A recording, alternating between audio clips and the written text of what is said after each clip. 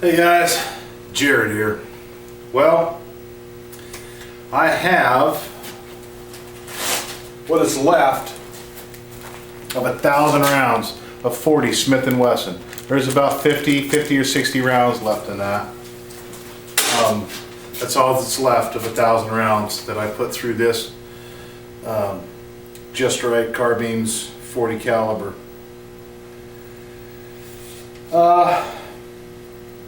So this will pretty much be the final review that I'm going to do on this. Just a lot of stuff I had to do different. You know, I'm looking at the serial number on this guy here, and it's 17,000 plus. I don't know what number they started at, but if they've made 17,000 of them and they're still making the same thing, I think there's a lot of pissed off people out there. I mean, there's just a lot of stuff that just isn't right about this, and I don't understand how you could build something and not put it through its paces to find out these issues. I mean, this isn't something that's just going to pop up. I mean, there's some serious issues with this thing.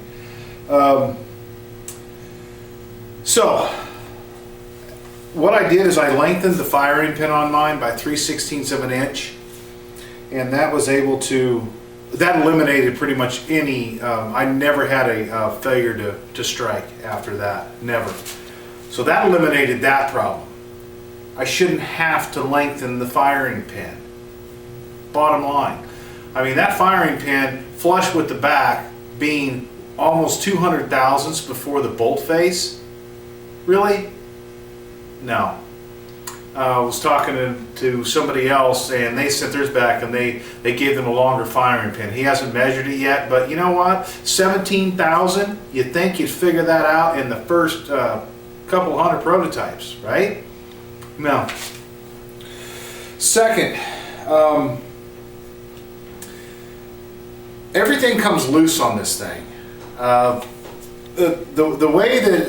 The way that it is assembled with screws across the bottom, that's just not working. They back out all the time.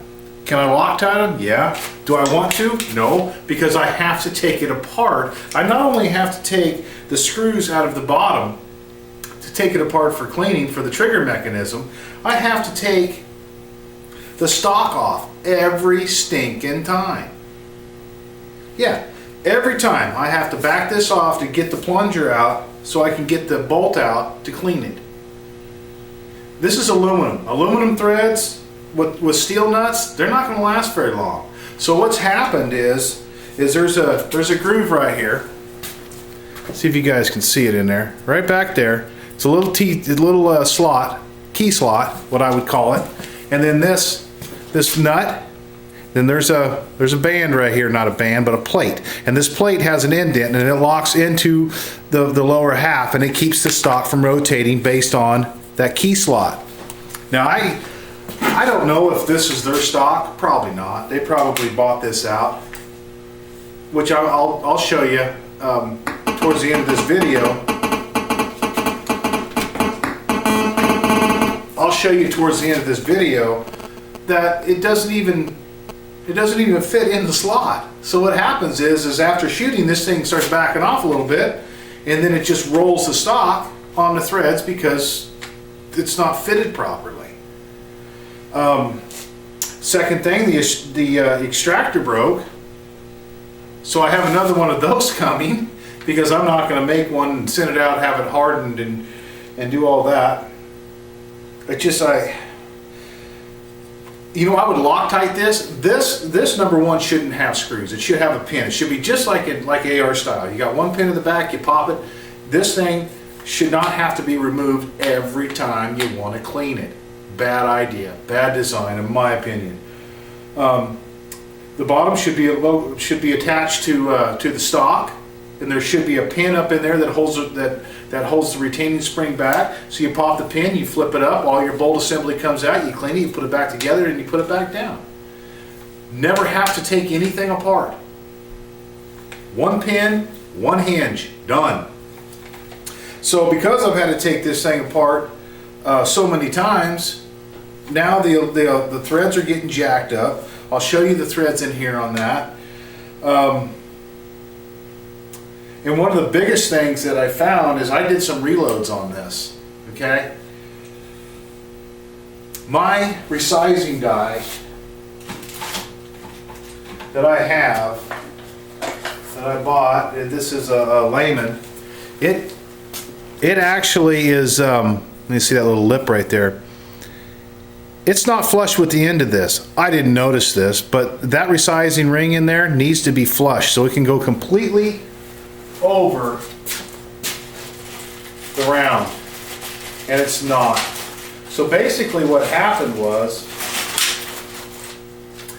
I did some reloads because I cast my own bullets and I did reloads. Well, the whole back half of this thing is not resized. So it's not going into battery completely. So let me show you that first, and I'll go on to the second point. So this gun is actually able to fire out of battery. And what happens? Take a look at that. That's a half a shell, and that's the other half right there. Okay? That's not good. Not good at all. Because this thing is right in your face. So I was able to discharge this, and it blew off the back half. The front half was stuck into battery, and then the second round came in and jammed it in. Happened twice because I thought, well, it's just a fluke. So I was able to get it out, which was a bitch, and it did it again. So then that's when I realized that these were not going into all the way into the chamber to allow the gun to go completely into battery, so it's firing the round with the round sticking, I don't know, probably 1/8 of an inch out of battery. So that's what happened is the brass expands and it shears it. Boom, you got issues. That is what I was saying in the very first video about a sear that is activated off the bolt location, period. This would have never happened had it been built that way. And that's the way I would build it. So, I mean, it's totally my fault that I didn't check the sizing die out to make sure it's cut down, to make sure this thing was completely resized. I only did 60 reloads, and that's the reason why I only do small quantities on the front side when I'm going to be doing new loads, new powder charges, just to see kind of where it's at. So I can modify my resizing die, problem solved. Problem that should have never happened is this thing should never be able to fire unless the bolt is completely in battery. That's just a safety issue. Okay, second issue. The spring in this is not strong enough. When you can pull this back and it can set there just like that, all that's holding that back is the hammer, because the hammer is coming up. That spring doesn't even have enough to put that, you know, you do it fast, yeah, well, there we go, stuck again. So that spring is not strong enough. Bottom line is, it's just, man, it kind of pisses me off because I like the concept, but there's just so much shit wrong with this thing, man. Just from a design point of view. And I could understand it if this gun is brand new to the market. Okay, so we have a couple hundred out. We got 1,000 out. Now we're having issues. I cannot be the only one that got a freaking limit. I've talked to other people that have them. They're having the same issues.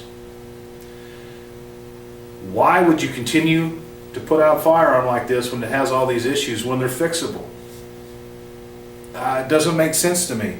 I mean, you have to remove the stock every time you want to take the bolt out. And now I'm going to put this on pause. I'm going to take the stock off and show you how it doesn't match up, and now it's rolling the threads over. So I'm going to put that on pause and we'll be right back. I'm going to go ahead and take this apart while you guys are watching it. So you can, like I said, I would put Loctite on there, But I'm not gonna put Loctite on something that I have to take off every freaking time I shoot it.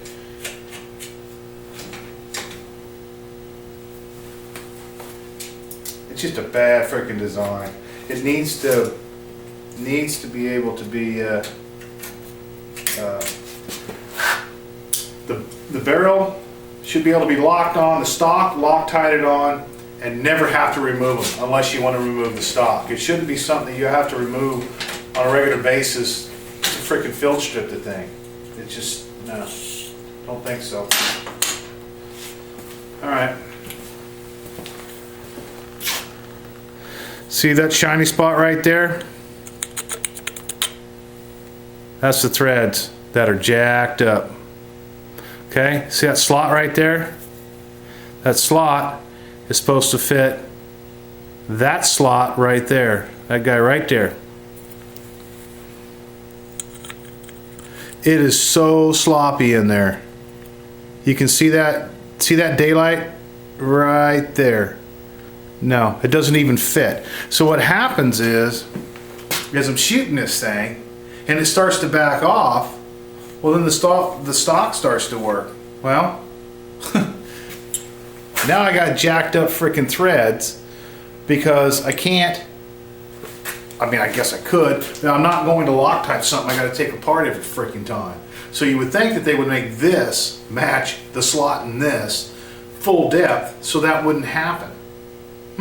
And it didn't really come that loose. I mean, it just kind of came a little bit loose, and I was able to pry it back. But just a bunch of crap about this thing. It just does not make sense to me from a manufacturer's point of view. So anyway, well, that's my 2 cents. Not real happy with it. I figure, my opinion, that's $600+ not worth it. Not worth it. Not with this issue, having to take this off every time. I had the firing pin issue I had to lengthen. After I did that, I didn't have any failures to go in. It's able to fire without being a battery.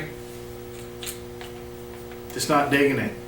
But I've already purchased it, so I'm kind of stuck with it. And I just wonder how many of you guys out there that did the same thing. Purchased it and you're just kind of stuck with it. So if you do have one and you have had some issues, send me a comment or a private message.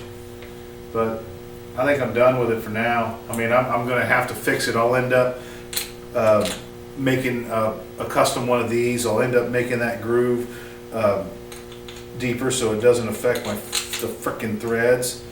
This thing can screw in there a lot deeper, so I'll probably cut that off. And the spring is too weak, so I'm going to get a stronger spring. I'll get it dialed in to where it's running flawlessly. But my issue is I shouldn't have to. I spent $600 on a gun. Out of box, this thing should be relatively good. I shouldn't have these issues. That's just the way I feel about it. Let me know. Talk to you guys later.